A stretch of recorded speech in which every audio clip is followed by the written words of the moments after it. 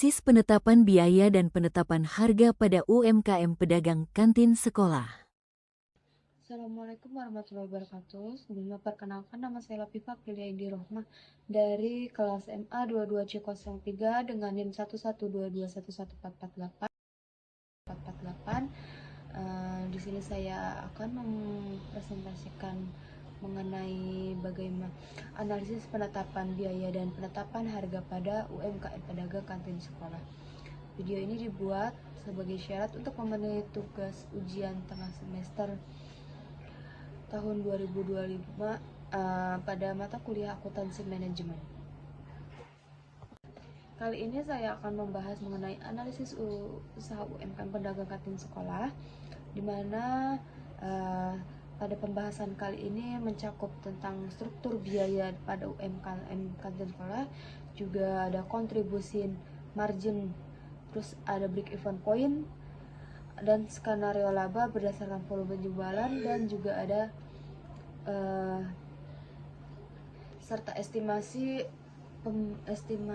keuntungan per hari dan per bulan. Tujuan pembahasan kali ini yaitu adalah untuk mengetahui seberapa layak secara finansial dan bagaimana strategi untuk meningkatkan keuntungan pada usaha UMKM ini. Kali ini saya akan membahas tentang profil UMKM kantin sekolah. UMKM kantin sekolah merupakan usaha kecil yang menyediakan makanan dan minuman ringan untuk para siswa. Produk yang dijual biasanya berupa gorengan, camilan, minuman kemasan, roti, jajanan ringan, atau cemilan cepat saji.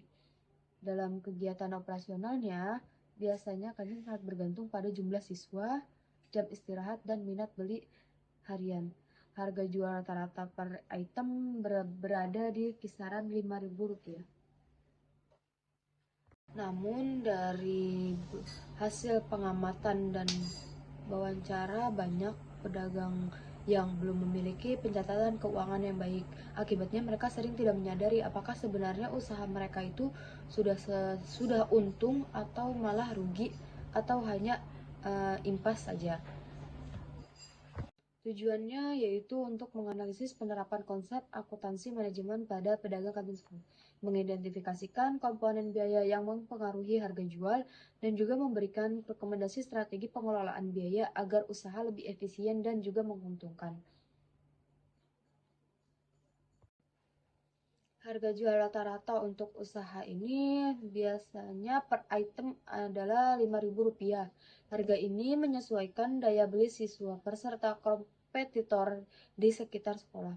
Penentuan harga mempengaruhi minat beli. Jika terlalu tinggi, siswa enggan membeli, namun jika terlalu rendah, margin keuntungan akan mengecil. Maka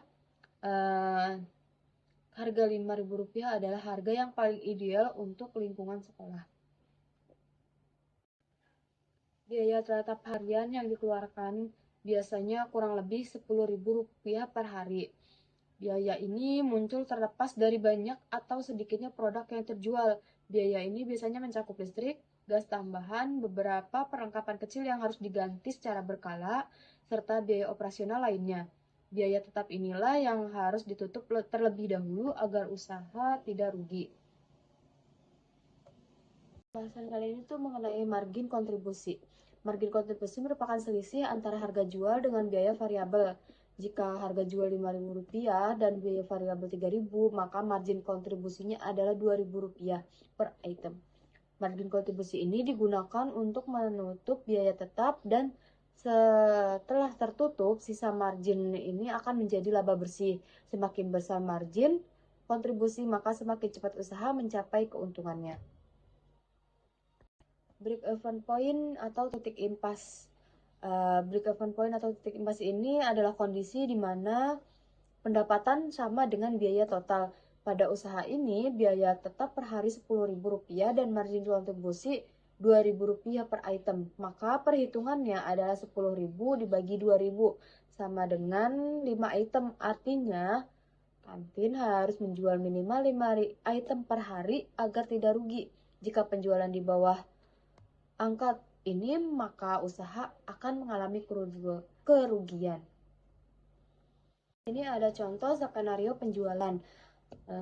Kita coba simulasi, jika dalam satu hari kantin menjual 30 item, maka margin kontribusinya adalah 2.000 dikali 30 sama dengan 60.000. Setelah dikurangi biaya tetap 10.000, laba bersihnya 50.000 rupiah per hari. Jika menjual 50 item, maka laba menjadi 90.000 rupiah. Dan jika mencapai 70 item, maka laba mencapai 130.000 rupiah. Ini menunjukkan bahwa semakin besar volume penjualan, maka semakin tinggi laba yang akan didapatkan.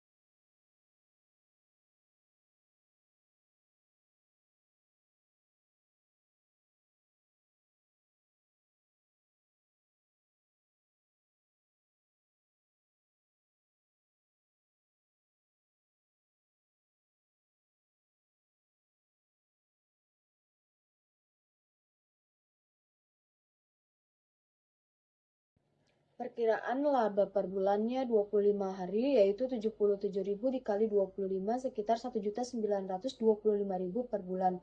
Maka jika usaha ingin mengalami peningkatan atau mengalami laba, maka penjual harus menjual minimal lebih dari 30 item agar usaha tidak mengalami kerugian. Beberapa rekomendasi yang dapat diterapkan untuk para usaha UMKM ini yaitu melakukan pencatatan pengeluaran secara rutin, menjaga kualitas dan kebersihan makanan, menambah varian produk, melakukan penataan etalase yang menarik, serta memberikan paket hemat atau promo tertentu untuk para siswa. Selain itu, juga memperhatikan jam ramai siswa juga dapat meningkatkan volume penjualan. Setelah dilakukan analisis BEP, diketahui bahwa pedagang harus menjual minimal 80 porsi makanan per hari agar dapat menutup semua biaya dan tidak merugi. Rata-rata penjualan harian saat ini baru sekitar 70 porsi, sehingga keuntungan belum optimal. Selain itu, belum ada sistem pencatatan yang memisahkan biaya tetap dan biaya variabel. Hal ini membuat pedagang sulit mengevaluasi mana pengeluaran yang bisa dikendalikan dan mana yang tidak. Oke, demikian analisis UMKM pedagang kantin sekolah yang dapat saya sampaikan. Semoga pembahasan ini bermanfaat dan dapat menjadi gambaran dalam memahami konsep biaya yang pertama yaitu break-even point dan profitabilitas usaha makanan sederhana. Terima kasih. Wassalamualaikum warahmatullahi wabarakatuh.